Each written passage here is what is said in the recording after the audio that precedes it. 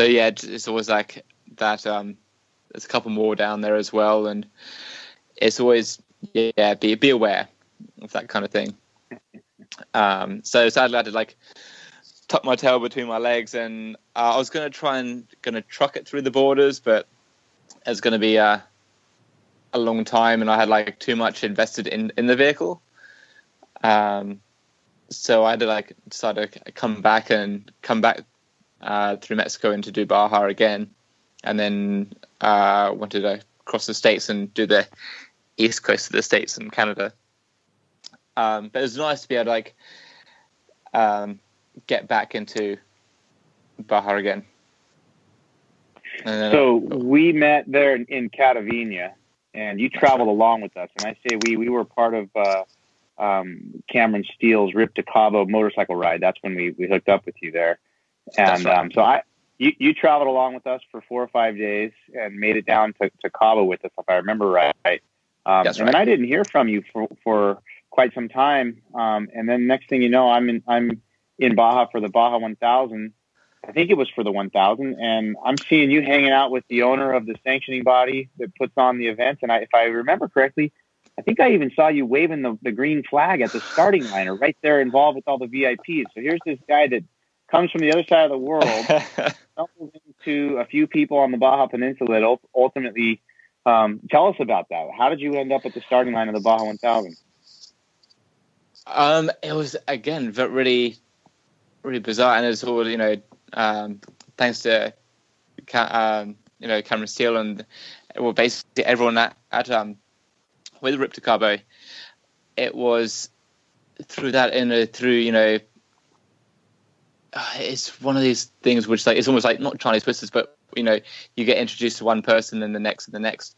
And it was actually, I think, at the one of the after parties, if you like, for Rip to Cabo, and then there was some pre-parties, I think, for the Baja 500. I think that was happening down not long after Rip to Cabo had finished, because I was still down there, like, because the Land Rover did actually break down, and so I was just I think you were waiting for parts, right? That's right. Yeah, I was getting some parts shipped in from the States, which was taking a while. So yeah, it was just being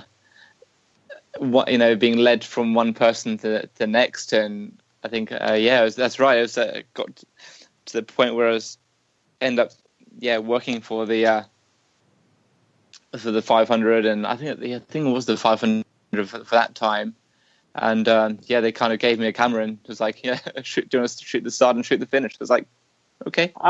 Okay. Well, hey, that kind of brings up an interesting question. I'll say it out loud right now. I am envious of the journey and the adventures you've been on, and I'm sure there are other people that wonder the same thing. How do you make it? You mentioned you were working for Score International, taking pictures, and that just happened by happen chance.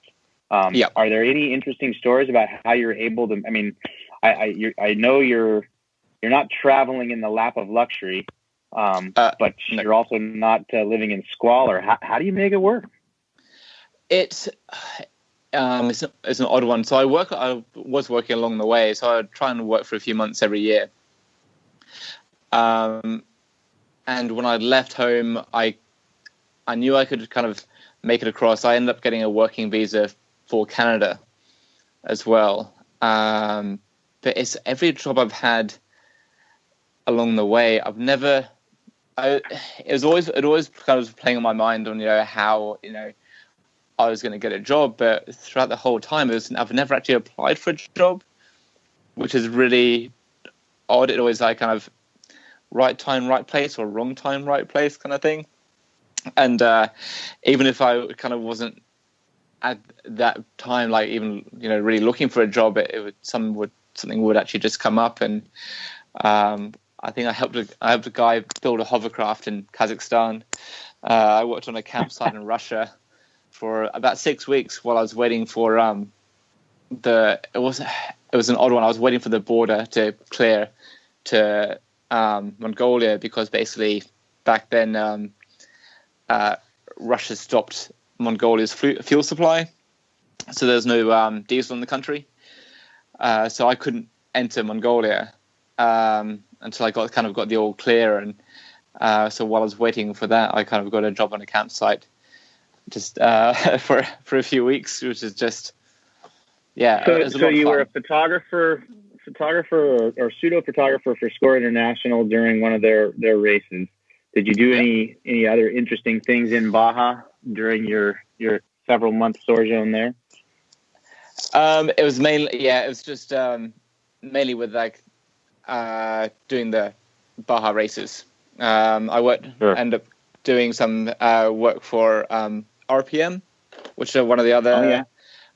So one of the guys who helped me out when I kind of got my parts delivered. Actually, when I was on the way, I stopped at a fuel station on the way through, and another chap was heading down south as well, because with all the pre-runners were on the way down. He stops and asks me, it's like, oh, I know Defender yours. It's like, so we have a bit of a chat about that. Again, it's always the Defender.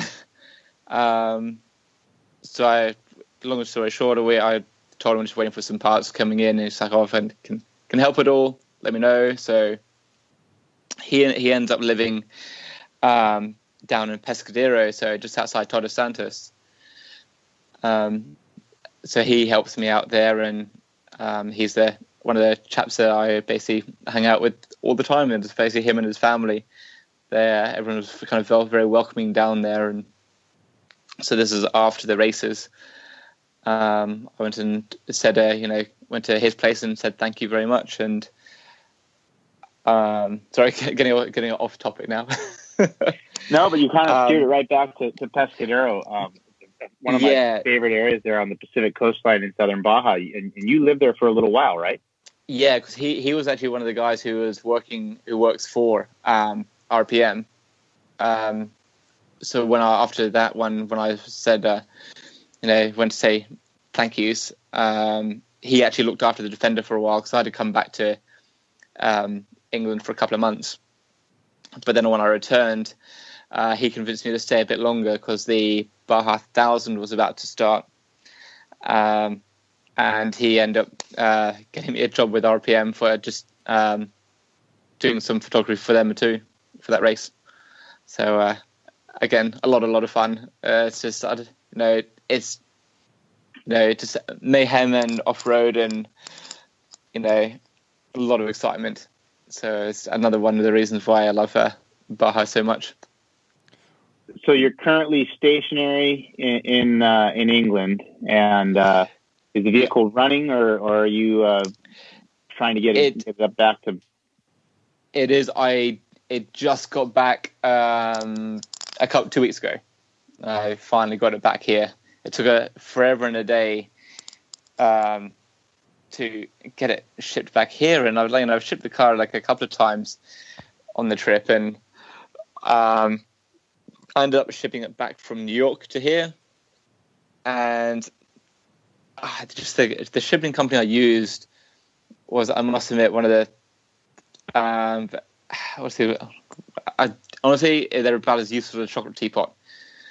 It's they couldn't work on how to get a British registered car back to England, and they were kept on giving me all these excuses. Oh, we need this paperwork and this paperwork, and it's just, I told them that's ridiculous, because I kind of did all the research beforehand before I handed the vehicle to them, and then of course they waited till I was back in England before they kind of brought out the excuses. So it ended up costing 3 times the original quote, because there's storage, and they they charged me for extra paperwork, which in all fairness in the end wasn't needed. And I was shipping has been putting a damper on the adventure at this point, is what I gather. Just the final one. Shipping's always been can be a bit of a pain, but So will you head back to final Baja, one. you think? One day, I hope. Yeah, I love Baja to bits, and yeah, I do love that place. It holds a big place in my heart, and a lot of good memories down there with some amazing people. Anything stand out specifically? I think just like it's one of these things, like for that, even just not just Baja, but like everything. It's all about the people that you meet, and it's amazing how everything works. It's just this chain reaction of people where it's it doesn't matter who you are, where you're from, but it's everyone's willing to just like no one cares, but just let's have some fun. And Baja really does that. Does that give it sets that takes the bar that much higher for that kind of thing. Yeah, the chain of people that you and you've done it. So you've gone from top to bottom and bottom to top, or thereabouts. It's interesting how you can talk to somebody in a town and they can make a recommendation of who to see 400 miles away, and you go find that person in that town 400 miles away, and they'll validate that. Oh yeah, you saw my friend down there. But it's a neat experience to be able to bounce from person to person or group to group, especially when you're doing something interesting like you are. Is there? I think that there's probably people that are listening to the podcast here that, again, this is a Baja centric episode. But the kind of people that are interested in traveling in Baja are like me, have a wanderlust.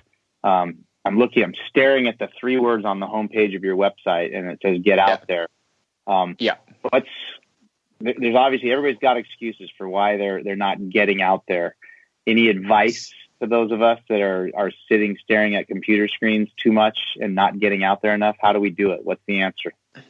I feel like it's not just for like Baja, it's for everywhere, but like it's honestly like the number one thing for like people is stopping people is probably fear, and is what happens if something does go wrong, what happens if something breaks, what happens if I break down in the middle of nowhere, and you can't let those things control you, because otherwise you may as well just like not leave your living room. It's odd as well. Like, it's actually the best places to break down are remote places, because everyone I've broke down just broke a part which actually holds the rear axle to the chassis of the Defender. So there's a plate that holds a bushing in, and that plate sheared, and which managed to twist the whole axle. And this was out in the middle of Siberia in Russia on the Road of Bones. And when it happened, it was like, oh dear, let's have a cup of tea and see if it fixes itself. But obviously it didn't. So, but out in these really remote places, no one will pass you without stopping. And it was actually thanks to, a couple of Russian truck drivers, which helped me get the axle back in line, straight, and I was able to wrap some heavy duty wire around it and limp the car down the road, where basically there's a roadworks team, and they actually gas axed a new plate and had it bolted. Had it bolted up within an hour. And they didn't charge me anything, and I gave them actually just the ironically just like half a bottle of vodka, which I had conveniently in the back of the car. But it's things like that where it's no one in a remote place, like even in Baja as well. Out on the dirt tracks, people won't pass you. And they will stop, and they will make sure you're okay, see if you need help and all that kind of stuff. It might be a bit different on the main highway going through Baja, but certainly out on the tracks, people always stop and help. So So the fear of the unknown, or the fear of a breakdown, the fear of being stranded, is what I think I hear you saying.